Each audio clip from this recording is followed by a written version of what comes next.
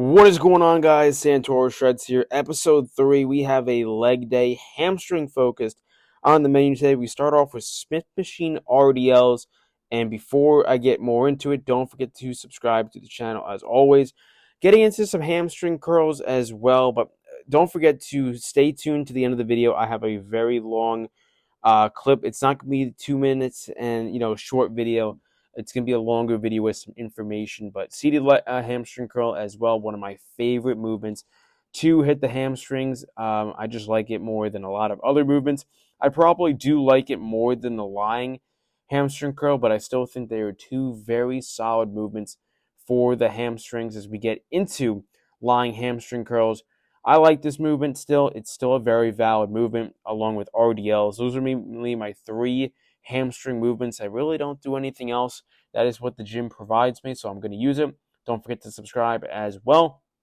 But I do want to get your guys' thoughts, honestly, on what you guys want to see for the future of this channel. Do you want to see more just videos of me doing voiceovers? Do you want to see more vlogs? Do you want to see more full days of eating? Just let me know what you guys want. We get into some quad extensions to wrap up the leg day. We hit calves as well, but I did not record that. Quad extensions are really the only movement we do for the quads because it's mainly a hamstring focused day. Sometimes I do leg press. There is the physique update, and I'll see you guys soon. What is going on, guys? This is Santoro Shreds here, and today we have a new episode. I am doing a little bit different because it is a leg day, so I figured I would not only do a mini mic with a voiceover, but also just kind of just who I am, what I want to do with this channel, and the main thing I do want to do this channel is to help everyone out. Right, that is the biggest thing I want to do is help everybody out, and I think the biggest thing is getting to know my followers more, whether that is in the comments, you guys direct messaging me on Instagram, TikTok, or YouTube, all at Santoro Shreds, of course, on the road to 100 subscribers. We got to get there soon. Right now, we are not there yet, but in the end, it's not really about the subscriber count. I really think it's about just getting a good audience, getting a good following, but helping you guys. That is really the biggest thing I wanted to do for this channel, is because in the end, yes, do I want to hit like 1,000 subscribers, 100,000, a million? 100%. But I feel like the other thing too is just helping out people lose weight or even bulk correctly, because I am one of those that has bulked incorrectly. We all have. We all have put on an extensive amount of fat, not enough muscle. Now I'm at the point where I think I have pretty good knowledge of what I want to do with my physique. I don't plan on competing in any shows, so for anybody that thinks I'm going to be competing in a show anytime soon, I don't think that's going to happen. I wouldn't rule it out in the future. I don't think that. I think I've gotten enough compliments from people that I know that think that I have the potential, that I have the shape, because shape is so important in bodybuilding. But right now, I'm just an athlete. Right now, I'm just a lacrosse player, as you can see in my helmet back there. So I still play lacrosse. So many people think I wrestle. So many people think I'm a running back. I get all those comments all the time. It's mainly because of my build and kind of just how I present myself, whether it's the discipline in bringing a gallon of water to make sure I'm hydrated, or just staying in shape, right? Tracking on my food, making sure I don't throw so much rice or potatoes and I forget to track it, and then I'm, all of a sudden 300 calories over, and then my scale is all messed up the next day, right? Weighing yourself every single day is probably the biggest thing for this, right? Weighing your food, there's a whole bunch of topics that I can go into. Obviously, you guys are going to see the lifting portion of a leg day, hamstring focused, but I do want to have, various topics, whether it's cutting tips, bulking tips, anything like that in this video as well. But I think the big thing I'm going to start out with how my bulk went wrong, right? I started lifting in COVID and I was about 138 pounds, right, give or take. And that was probably I'm 5'5", 5'6". Right now I'm probably 5'7" on a good day. But I think the big thing was I just wanted to eat. So and it was all clean food, right? It wasn't like I was stuffing Big Macs and McDonald's and Wendy's and any other sort of fast food, right? I was eating clean, but I was eating too much. So just think about that too. Is like you can eat chicken and rice all the time. You can eat beef and rice, all that, but you also can gain fat. Like, I mean, I'm not trying to sound stupid or anything, but like that is true. Like people think they could just eat, and all of a sudden you put on size, especially if you don't do cardio. If you don't do cardio too, that is a problem because people think, oh, I'm bulking, I never have to do cardio. That's not necessarily true. Maybe you don't have to do as much cardio as you're doing on a cut to get shredded for the summer, but I think for bulking, you still got to throw in maybe a 30-minute session. Or if you don't want to, sit on the treadmill, sit on the bike for that, just get steps. Get 10 to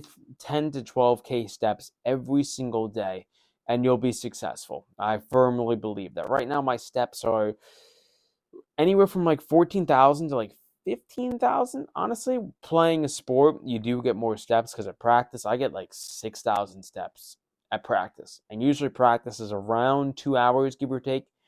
Um, but yeah, I think, some of the biggest tips for bulking is track your food. I still firmly believe that. I know there's been some people that don't necessarily track their food, but if I feel like if you eat the same foods every single day, yeah, you don't really have to track your food. I firmly believe that. Like if you have your eggs and egg whites in the morning, you have your chicken and rice at lunch, dinner you have steak and potatoes or something like that, and you already know the grams and everything, you should be fine, right? So I think that's the biggest thing when it comes to bulking. I think the other problem that people have is when they bulk is um, they think that I'm going to eat this X amount of food and all of a sudden my strength gains or I'm going to be building more muscle than fat. That is not necessarily true. There's a good chance that you could put on 20 pounds, and that could be a lot of it from fat. And that is not what we want for bulk. We want a lean bulk. Do not dirty bulk. That is really where I'm getting at. Do not dirty bulk. There is no reason to. You want to stay lean. You want to stay in a good spot where you don't have to, when you cut back down, it's not necessarily super hard, I think is really where I'm trying to get that. You don't want your cutting to be so stressful. Like, I know people probably think that how I eat, I'm super stressed out. Like, I'm not. Like, I'm still able to eat foods that I love and make them, healthier. The biggest thing for me right now is French fries. Homemade French fries are S tier. You just cut up a potato, throw your seasoning, throw it in the air fryer for 20 minutes at 400 degrees, done. And then you have your chicken with it. And then I found some of these like rolls at Walmart. They're 70 calories each, 10 grams of protein. That is another tip. Look at the nutrition label. Look at it and look at the protein, carbs, and fat, the main macros, right? Then you get into your sodium, everything like that. But for cutting, you want your protein to be super high, right? Right now, I already had it on the screen earlier in the video, but I'm 158.2 pounds. Now, I want to get at least 160-ish grams of protein. Right now, I'd probably say I range anywhere from 160 to around 200.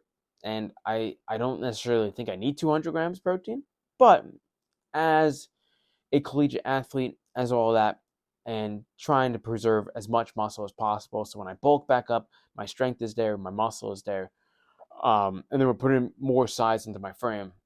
The main thing is, um, you know, getting all my protein in, right? Because protein is super important for building muscle, amino acids, all of that, and recovery as well. Recovery, probably the last thing I'm gonna talk about before I wrap up this video is your sleep.